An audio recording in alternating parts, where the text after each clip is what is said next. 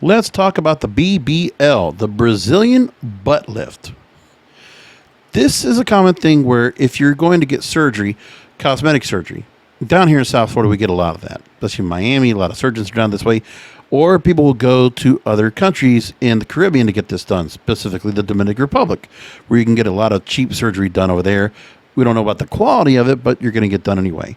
And, the way things are, there's been a lot of things where this Brazilian butt lift procedure was done, and then you would have patients that would rehab in local hotels here in Miami. And they were starting to make a point where if you were doing that, to stop, that you were not going to be able to occupy a room in that case. Well, there's a story that came up from Vox, the $5,000 quest for the perfect butt. That's the focus of this when I'm not podcasting.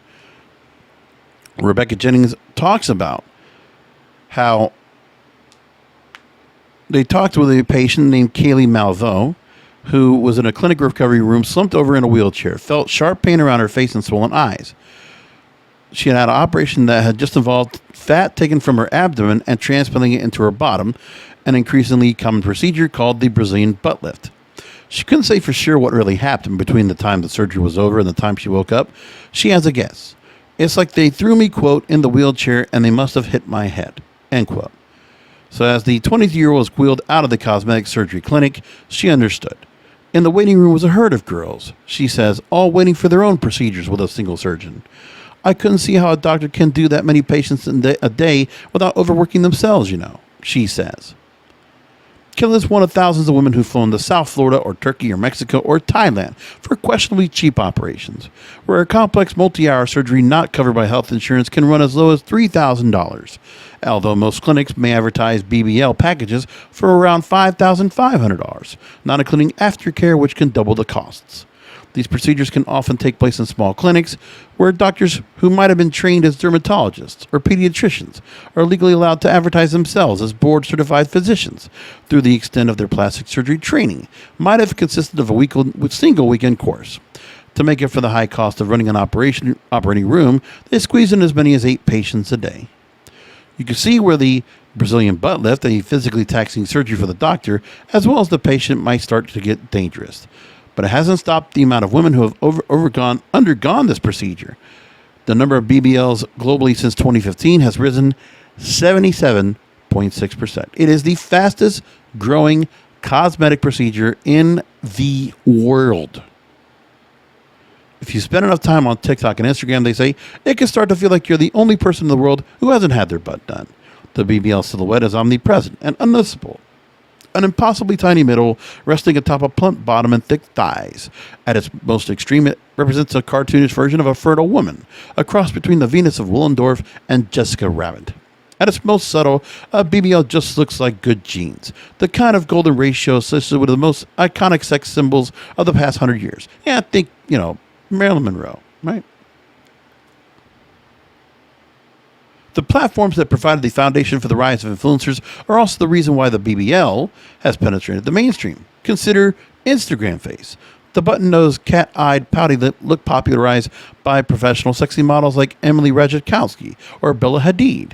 For the mass majority of the population is only achievable through skillful makeup or often more than not, a click of a button. Until the last decade or so, the BBL is not common practice in the U.S. Its origins, as its name suggests, are in Brazil, where cosmetic surgery has a storied background, largely to the continued history of eugenics. They go through a whole lot more here. And they also mentioned the practice traveled north, exploded once pop culture began to shed its preference for the tits on a stick silhouette and started to revere stars like Jennifer Lopez and Nicki Minaj.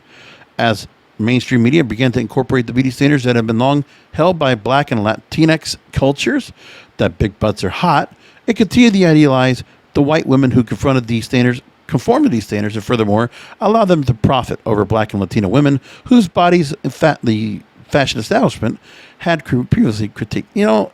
There's a thing where they say this, and I don't know if it makes much of a difference to me, but it's any surgery that's like this.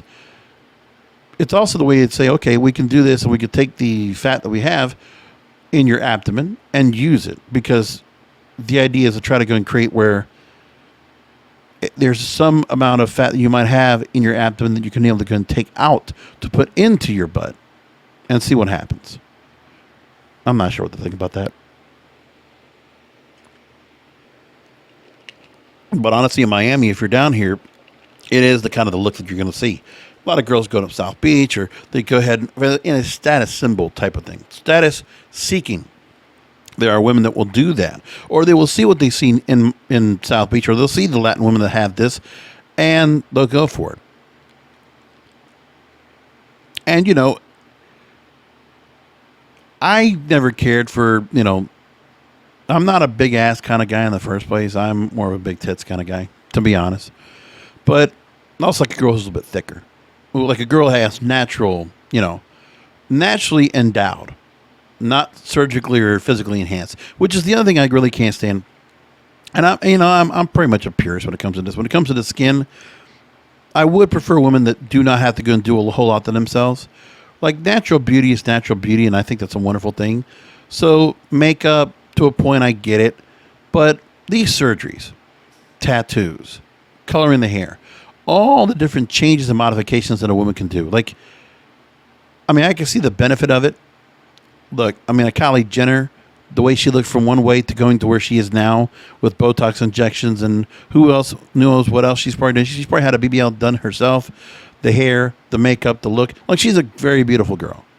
And you could tell that everything they did, she is the prime example of seeing a girl that's a role model for a number of women to say, you know what, I want to look like Kylie. Can you make me look like her? The show Nip Tuck back in the 2010s really did focus on that. You know, what do you not like about yourself? And that's really, nobody says much about Nip Tuck, but that show really did influence a lot of plastic surgery and really got people thinking about the fact of how this would work. And it was very interesting like that.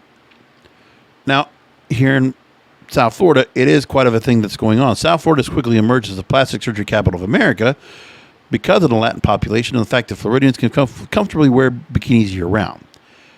More than 1 in 10 plastic surgery procedures performed by board-certified plastic surgeons in 1999 took place in Florida, and the history of malpractice goes back just as far. We used to have a great little jingle for a place called Florida Center for Cosmetic Surgery.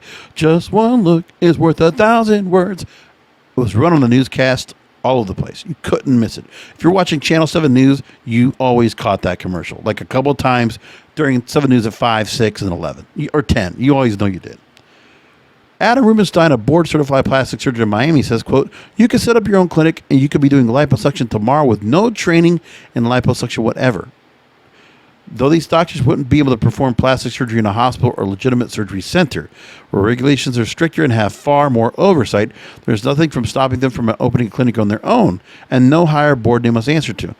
And you have to understand, there's been some people that have done this where, you know, where we've had some garage-type people doing dentistry, and some people using Fix-A-Flat to fix, what was it? What was being used for? It was something where somebody was using a Fix-A-Flat for something on their body. It might have been like a, not a face, but it might have been a butt lift or something like that. I'm not sure. I'd have to go back and look for it. There's a whole lot more to talk about, including death rates.